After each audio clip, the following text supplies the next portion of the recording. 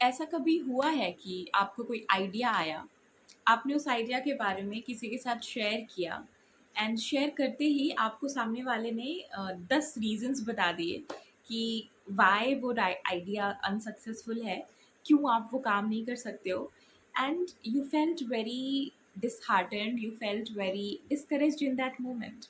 Has it ever happened to you? I mean, it has happened to me several times, not once. कई बार हुआ है और उसी में से कई बार का एक छोटा सा किस्सा I want to tell you. So very recently what happened, एक आइडिया आया कि this is something that can be done. And वो आइडिया आते के साथ ही बहुत सारे डाउट्स भी आ गए. And I started questioning my work that will I be able to do it, मतलब मेरे से होगी भी ये काम, मतलब इस तरह का काम मेरे से पॉसिबल भी है करना. इस तरह के सवाल मेरे मन में आने लगे. And being in the profession that I am, I started asking questions to myself कि ये doubts आ कहाँ से रहे हैं, from where these doubts are originating. And as I kept asking and as I kept my mind open and curious about this, getting to knowing myself better, I got to know, I mean एक memory, बचपन की एक बहुत पुरानी memory याद आ गई. And it was like, I think I was in class third, class three की ये बात है. एंड उस समय होता है ना बच्चों में, फर्स्ट सेकेंड आने की रेस होती है, तो वैसे ही हमारे क्लासेस में भी होता था. So once I was very adamant, बहुत जिद थी कि नहीं मेरे को फर्स्ट रैंक होल्ड करना है. एंड उस टाइम पे जो क्लास में जो रैंक होल्डर था, ही मॉक्ड एट मी कि हाँ तुम फर्स्ट आओगी, इस तरह से उसने बोला. And it felt very humiliating to me. Now when I उस समय तो बस गुस्सा आता है क्योंकि उस समय आपको नहीं पता होता है कि क्या इमोशंस एग्जैक्टली आप फील कर रहे हो. But now when I look back, I can see that there was a lot of humiliation that I felt in that situation. बहुत सारी inferiority that what do you mean, तुम कहना क्या चाहते हो that I can't do it. So then I tried to figure out कि इस incident का अभी के मेरे आइडिया जनरेशन वाली बात से क्या रिलेशनशिप है. एंड आई अंडरस्टूड कि I wanted to come first in the class. मेरे को फर्स्ट आना था क्लास में. That was a desire that I had, and somehow maybe I happened to share that desire with someone, maybe in the class with my friends or someone, and somebody else got to know about that desire, and they actually felt threatened by that desire because he was the one who was holding that rank, right?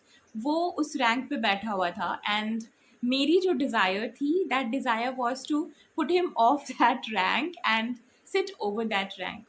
तो that desire made that person threatened, उसने उसको डराया, and it created an insecurity in that person. And out of that insecurity, उस इंसान ने अपनी insecurity मेरे ऊपर उड़ेल दी डाउट्स के तौर पे. Of course they are not doing it very consciously, आप बच्चे होते हो तो इतना कॉन्शियसली आप शातिर तरह से दिमाग नहीं चलाते हो. बट द थिंग इज, ये चीज़ें हमारे अंदर, ह्यूमंस के अंदर, इनसिक्योरिटी, फीलिंग्स ऑफ सिक्योरिटी, ये सारी चीज़ें इतनी ज़्यादा अनकॉन्शियसली फेड है ना कि हमें उसके लिए बहुत ज़्यादा दिमाग नहीं चलाना पड़ता. हमारा माइंड, हमारी बॉडी अपने आप काम करती है. उसको ट्रेनिंग मिली हुई है कि कैसे तुमको अपने आप को प्रोटेक्ट करना है, अपने सर्वाइवल के लिए कैसे काम करना है. So all this analysis, all this understanding I can have today, but back then I didn't have. उस समय तो बस था कि हाँ I had to get that position. So what happened here is, उसके इस तरह से बोलने से of course मेरे अंदर वो desire थी, वो इच्छा थी. But when somebody said something like that, उसने उसने उस इच्छा शक्ति को बढ़ाया नहीं बल्कि कम कर दिया, राइट.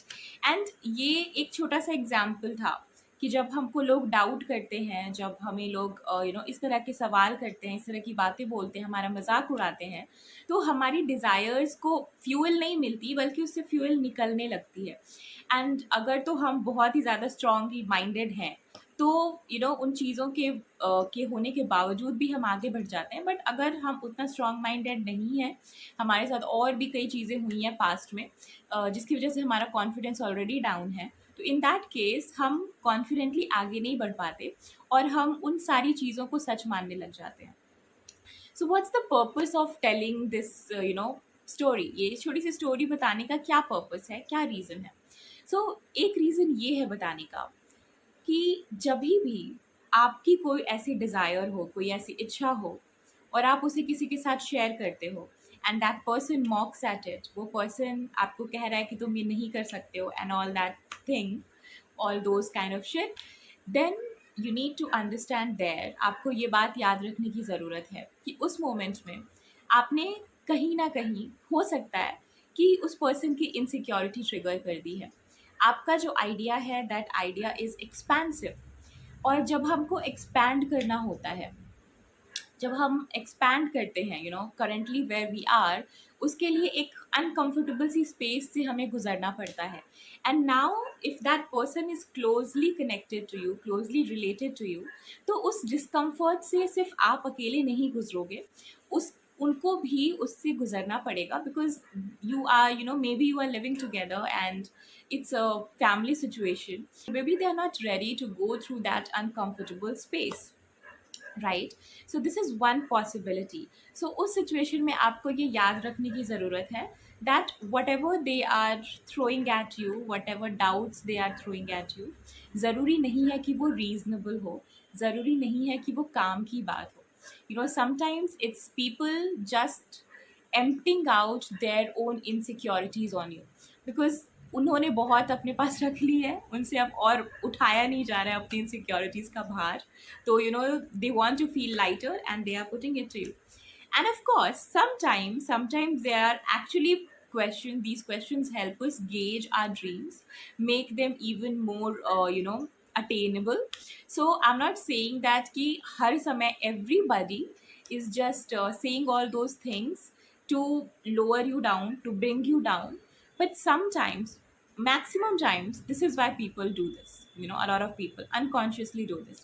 So आपको उस मोमेंट पे याद रखना है that ये आपकी डिज़ायर है एंड आपकी डिज़ायर में फ्यूल डालने का काम आपका है.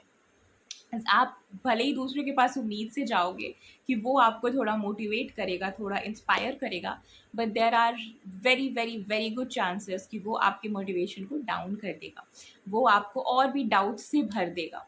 आपको पुश नहीं करेगा उसकी तरफ, बल्कि आपको पुल करने की कोशिश करेगा कि भाई जहाँ हो, जिस कुएं में हो, उसी कुएं में बैठे रहो, बाहर निकलने की ज़रूरत है नहीं यहाँ पे.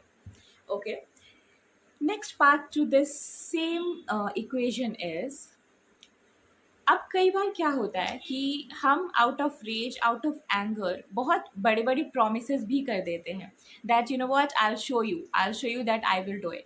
एंड इन सम केसेस हम वो करके दिखा देते हैं, बट इन सम केसेस हम वो नहीं कर पाते हैं, कहीं ना कहीं चूक रह जाती है. तो जब हम वो नहीं कर पाते हैं, तो वो नहीं कर पाना हमारे लिए और भी ज़्यादा ट्रॉमा लेकर आता है. Because why? बिकॉज हमने अपनी ईगो, अपनी आइडेंटिटी उसके साथ बहुत स्ट्रांगली जोड़ ली थी. तो इस सिचुएशन को कैसे हैंडल करना है? First of all, stop getting insecure by other people's insecurities. उनकी इनसिक्योरिटी है, उन तक ही रहने दो, उनको इनसिक्योर होने दो. एंड ऑल्सो रिमेंबर दैट आपके हाथ में, आप लाइफ में 100% गारंटी ले सकते हो किसी चीज़. You never take 100% guarantee of anything in life, because few things are in your hands but there are many things which are not in your hand. तो अगर आपको गारंटी लेनी भी है तो बस उस चीज़ की लो जो आप कर सकते हो, जो आपको करना है. So take guarantee, take 100% guarantee, take 100% assurance for only what is in your hands and not other things. And remember, आप लाइफ में कभी भी 100% गारंटी हर चीज़ की नहीं ले सकते, because there are multiple factors जो हमारे कंट्रोल में नहीं हैं. कुछ चीज़ें हमारे कंट्रोल में हैं, कुछ चीज़ें नहीं हैं. तो हम बस उतनी चीज़ों की गारंटी ले सकते हैं जो हमारे कंट्रोल में है. बिकॉज रिमेंबर, हम भगवान नहीं हैं, हम खुदा नहीं हैं, हम इंसान हैं, and we can do that much only. So yes, thank you for being a part of this video, and see you later in another video. Bye bye. Thank you.